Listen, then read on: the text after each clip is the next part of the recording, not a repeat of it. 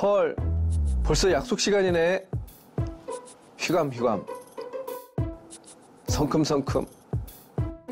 우다다다다다. 우다다다다. 슝. 야, 대머리다. 헉. 야, 너 그런 말 하면 안 돼. 오, 저놈은 스님에 대해 아는가 보군. 뭐라고 친구에게 해내? 친구들끼리 알려주고 그래야지. 야, 그러면 아저씨가 슬프잖아. 설명할 시간이 없다. 흑흑. 생각해보니 그 아이는 참 잘 배우고 성숙하고 배려심 많은 아이로군요. 자, 오늘 저희가 특별한 배려라는 제목으로 만화를 한번 살펴봤는데 전에도 그런 적이 있었어요. 아이들이 스님을 보고 신선이다, 뭐 부처님이다 뭐 이렇게 했던 아이들이 있었는데 오늘은 아저씨라고 또 우리 스님을 아주 우렁차게 배려를 해줬습니다. 참 이 아이들을 보면 저희 마음도 한결 더 밝아지고 또 맑아지는 것 같아요. 안나 씨나 민영 씨는 오늘 만화 보고 어땠나요? 저는 오늘 만화 보니까 스님 진짜 어떤 능력이 있으신 것 같아요. 이렇게 보는 사람들의 관심을 포인트 이렇게 넣으실 그런 능력이 있어요. 저도 원래 이렇게 읽어봤는데 아, 여기 끝났네? 이렇게 생각했는데 다음에 여기 또 있어요. 그런 부분이 있어서 더 재밌을 것 같아요. 맞아요. 특히 만화 속에 그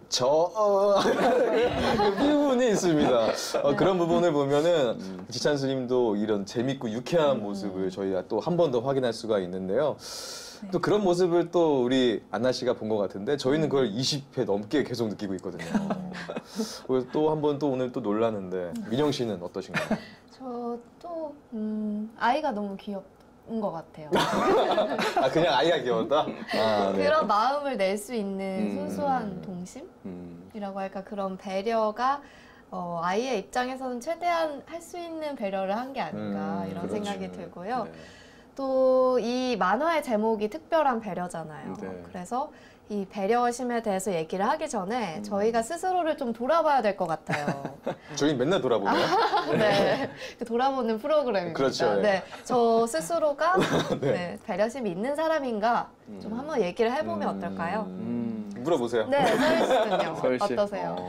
저는 굉장히 배려가 넘치는 사람이죠. 몸에 항상 배어 있습니다. 예시를 한 가지 들어주실 굳이 꼭 예시를 들어야 되나요? 네. 뭐 이렇게 예를 들어서 문을 열 때도요. 그러니까 보통 사람들은 이렇게 내가 문을 열고 가잖아요. 근데 저는 일단 문을 열면 뒷사람이 혹시 오는지 오게 되면 뭐 문을 잡고 있다거나 아니면 영화관에서 이제 옆에 팔걸이가 있잖아요. 근데 그거를 이렇게 놓지 않아요. 바로. 놓으면 옆에 사람이 불편할 수 있기 때문에 이러고 이렇게 영화를 봅니다. 네. 뭐 그런 것들. 그리고 또 오늘도 제가 항상 민영 씨를 위해서 이렇게 앞에 나와 있잖아요. 얼굴이 더 민영 씨가 작아 보이게 하기 위해서 이런 배려들, 항상 배려를 안고 사는 뭐 그런 남자입니다. 자, 010 뭐. 네. 또 안나 씨는요? 저는 평생에 아마 배려심이 부족한 사람인 것 같아요. 다른 사람들한테 더 많이 배려해야 될 것 같아요. 그렇군요. 우리 민영 씨는? 저도 조금은 부족하지 않나 이런 생각을 하고 있습니다. 맞아요. 너무 인정하시는 거 아니에요? 네. 뭐 배려? 그럼요. 노력하면 되죠. 네, 노력해서 오늘 아침에도 미세먼지가 좀 심하더라고요. 그래서 그걸 캡처를 해서 주변 사람들에게 출근하기 전에 마스크를 껴라 뭐 이런 배려 정도? 저는 그래서 미세먼지가 심하길래 주변 사람들에게 마스크를 나눠줬습니다. 오, 한숨이시네요. 그렇죠. 이게 배려는 이런 것부터 시작됩니다. 아니 지금 무슨 배우겠습니다. 배려 배틀인가요? 이길 수 없죠, 저를. 네. 아무튼 근데 이 배려가 또 너무 심할 경우에는 상대방에게 또 폐를 끼칠 수도 있다고 하니까 모든 것이든 중도, 네, 적정 이것이 참 중요한 것 같습니다. 자, 오늘 저희가 또 만화를 통해서 얘기를 나눠보고 있는데 참 다양한 깨달음 또 많은 의미가 좀 담겨 있는 것 같습니다. 과연 오늘 만화 속에는 어떤 의미들이 담겨 있는지 또 어라 오늘 무슨 일 통해서 지찬 스님의 해설 들어보겠습니다. 네. 말보다 만화를 잘 그리는 어라입니다. 배려가 그래도 저도 약간 치우쳐 있는 것 같은데 그 어린아이들하고 일화가 좀 늘 많았던 것 같아요. 그 아까 말했던 신선이라든지 이 아이가 사실은 내가 급한 일이 있어서 나가고 있는데 두 아이가 나를 이제 처음 봤겠죠. 그러니까 한 아이가 야 대머리다 하고 이렇게 크게 소리를 치는 거예요. 나는 바쁘니까 설명할 시간이 없으니까 아이들은 늘 그랬거든요. 그래서 아 이거 어떻게 설명해야지 하고 막 하는데 두 번째 아이가 야 그렇게 말하면 안 돼 라고 얘기하길래 아 쟤는 뭘 좀 아는가 보다 이제 뛰어가면서도 이제 느끼는 거죠. 근데 그 아이가 다음 말을 아 스님이고 이렇게 불교는 어떻고 이렇게 설명할 줄 알았는데 걔도 잘 몰랐던 거예요. 근데 대머리라고 말을 하면 그 사람이 상처받으니까 그런 표현 안 돼. 아저씨한테 그런 얘기 하는 거 아니야 라는 얘기를 듣고 이씨 했지만 지나고 보니까 그 아이는 아 어떤 부분에 있어서 배려를 충분히 한 아이였구나. 아이의 어떤 지식이나 경험치 안에서 이 아이는 정말 큰 배려를 했구나라는 생각이 들어서 제가 웃기는 에피소드지만 이제 만화로 한번 그리게 된 그런 일화였습니다.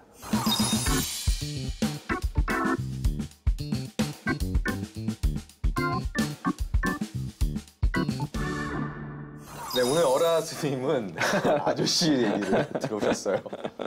어라 스님 만나봤고요. 네. 또 그리고 어라 오늘은 무슨 일 통해서 지찬 스님의 만화 해설까지 들어봤습니다. 네, 해설까지 듣고 나니까 저희 머릿속에 다양한 궁금증, 질문들 떠오르실 텐데요. 자유롭게 한번 얘기를 나눠보는 시간이죠. 네, 통 크게 소통하자. 어떻게 해설을 들었는데 또 궁금증이 더 생기는 건지 저희가 네. 다양한 그런 궁금증들을 한번 해소해 보겠습니다. 스님께서도 생활하시다 보면은 재미있는 일들이 많으실 것 같아요. 왜냐하면 스님들은 일단 삭발도 하시고 또 일단 복장도 좀 달라요. 맞아요.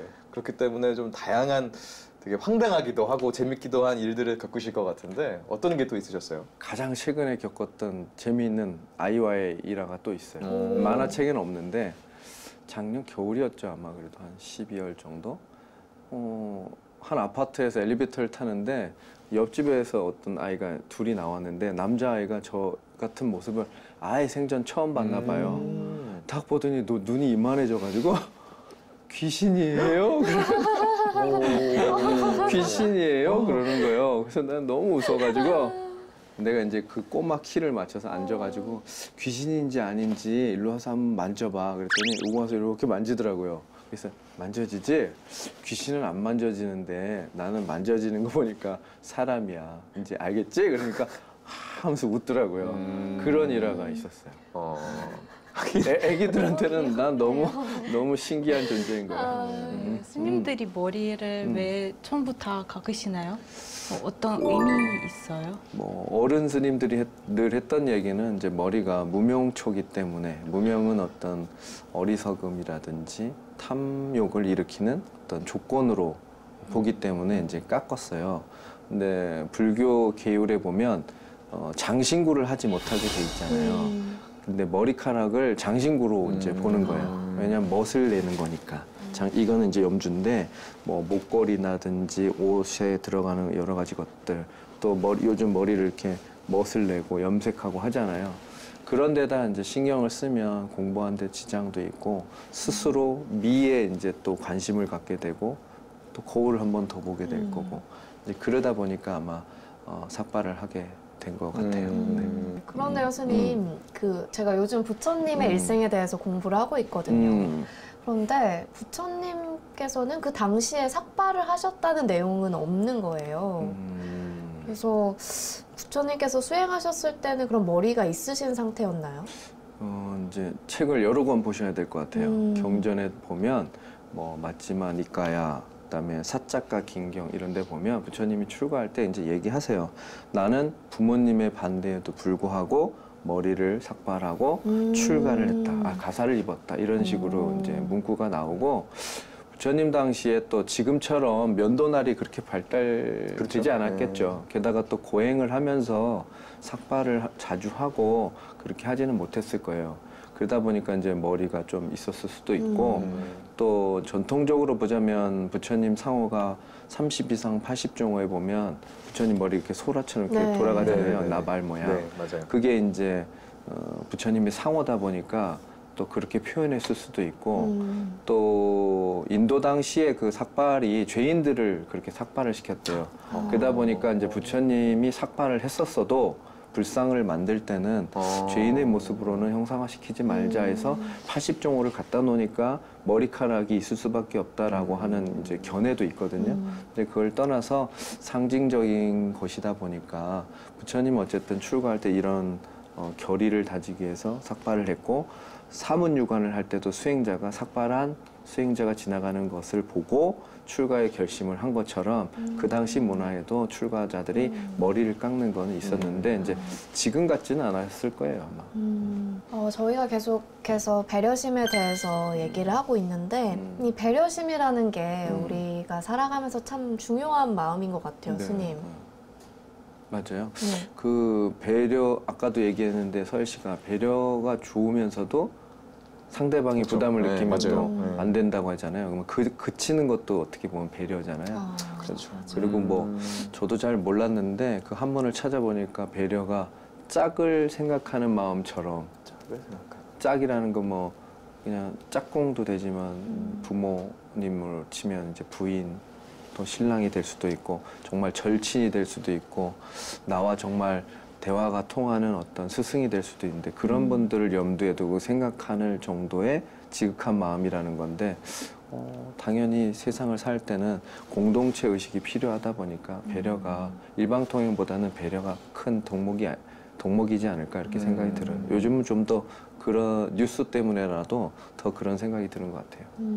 그칠 줄 아는 것도 배려가 된다고 하셨잖아요. 네. 네, 그 말씀이 참 마음에 와닿는 것 같아요. 정말 지나친 관심은 또 맞아요. 불편하게 하기 때문에 네. 또 요즘은 뭐 쇼핑 같은 거 할 때도 예전에는 그 직원분들이 따라와서 뭐 필요하신 거 있으세요? 이렇게 막 배려를 호객행위를 하죠. 네. 호객행위라기보다는 뭐 찾으시는 물건이 있는지 이런 거를 물어보고 했었는데 요즘에는 이제 그런 게 좀 불편하다는 젊은이들의 인식이 있다 보니까 바구니가 따로 있더라고요. 그러니까 설명이 필요 없어요, 바구니.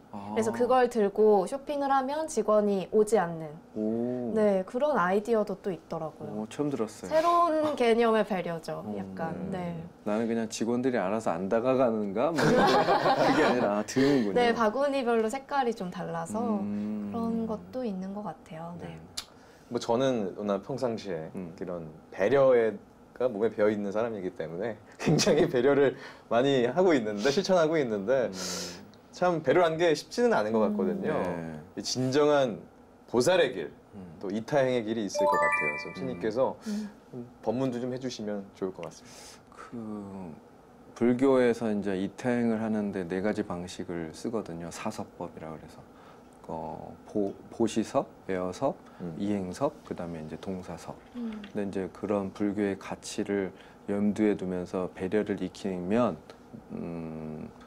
지혜롭게 되지. 그렇지 않을 때는 자기애로 똘똘 뭉친 어떤 배려가 될 수가 있어요. 내가 상처받지 않기 위해서 또는 내가 이렇게 마음 쓰는데라는 어떤 조건으로 이렇게 행동을 할 수 있는데 배려에는 아까 4가지처럼 보시섭은 남을 위해서 뭔가 나눠줄 수 있는 마음, 또 남을 이롭게 하기 위한 행동, 이행섭, 그다음에 에어섭은 좀 더 부드러운 말, 동사섭이 가장 중요한데 타인과 고통을 동고동락할 수 있는 그런 자세거든요. 그런 자세가 아니라 내가 이렇게 주는데 라는 생각이 있다면 내가 이렇게 베푸는데 라는 생각이 자기애로서 기능하게 되면 그건 올바른 배려가 아니라고 볼 수 있겠죠. 그걸 염두에 두면서 하면 될 것 같아요. 네. 네. 그런데 스님 이렇게 배려심이라는 게 스펀지에 물이 이렇게 그러니까 스며들듯이 좀 어렸을 때부터 배려심을 키우는 방법도 좀 있지 않을까요? 글쎄 뭐 다른 방법이 있다기보다 아까 말했던 그 동사섭을 본인 스스로 열심히 해서 자녀들한테 이렇게 영향을 주는 게 보살의 행위, 불자의 행위지 않을까 싶은데요. 부모님 그렇죠. 그렇죠. 많이 왜냐하면 많은 영향을 주는 게 이제 부모들이니까 부모의 역할이 가장 큰 것 같아요. 요즘은 학교에서도 역할, 그 기능을 잘 못해가지고 좀 문제시되고 네. 그렇죠, 그렇죠. 유치원도 그런데 가장 가까이 있는 부모가 먼저 나서서 그런 행동을 하고 보여주고. 알려주고 보여주고 또 불자들이 그런 모태신앙이 서시인 것처럼 네. 모태신앙을 불교로 가진 분들은 불교적 가치관을 늘 아이들한테 종교적인 모습이 아니라 이런 철학적인 모습, 행동적인, 수행적인 모습으로 알려주면 그게 어릴 때부터 이렇게 익어지면 남을 배려하지 않을까 싶어요. 네. 네. 아이들 이런 말이 있어요. 아이들은 죄가 없다. 다만 부모가 잘못 가르쳐서 죄를 짓는 거다. 뭐 이런 얘기를 들은 적이 있는데 그만큼 이제 부모의 역할이 굉장히 이 배려에도 중요하다는 생각이 좀 듭니다. 자, 더 다양한 궁금증들을 스님께 한번 여쭤봤고요. 오늘은 특별한 배려라는 만화를 통해서 다양한 이야기들을 좀 나눠봤는데 자, 이쯤 되면 저희가 좀 결론을 내봐야겠죠? 자, 다 같이 준비되셨죠? 네. 이름하여 어라 도마였느냐. 잘 맞았습니다. 좋아, 이목걸이 좋아요. 네, 만화에 대한 결론을 또 내봐야 되는데요. 스님, 오늘의 한마디 어떻게 잡으셨나요? 그냥 제목 그대로 해야 될 것 같아요. 배려. 배려. 네. 배려 아까도 우리 동사섬 얘기를 했는데 사실은 되게 힘들거든요. 남의 고락을 함께할 정도의 마음을 낸다는 게 말은 쉽지만 그 상황을 가져오기가 쉽지 않아요. 티베트에도 그런 비슷한 수행법이 있는데 통렌이라고 저 사람의 안 좋은 상황과 감정을 나에게 가져와서 내 안에서 좋은 마음은 그에게 보내는 수행인데 내 몸이 다치고 내 마음이 흔들릴까 봐 그 수행을 할 때 멈칫하게 돼요. 왜 그러냐면 인간은 누구나 자기애가 강하고 에고가 있기 때문에 그렇거든요. 그래서 배려라는 걸 생각할 때 내가 정말 배려를 하고 있는가? 배려를 위한 배려를 하고 있는가? 이런 걸 한번 생각해 보면 좋겠고 아이들이든 남이 하는 배려를 오해하지 않으려면 지금과 같은 만화 같은 상황을 정말 잘 그 상대방의 입장으로서 생각해 보는 것도 필요하고 배려를 하는 사람도 상대방의 입장을 고려한 배려인가 두 가지 양쪽 측면을 바라봐야 되지 않을까 이렇게 생각이 듭니다.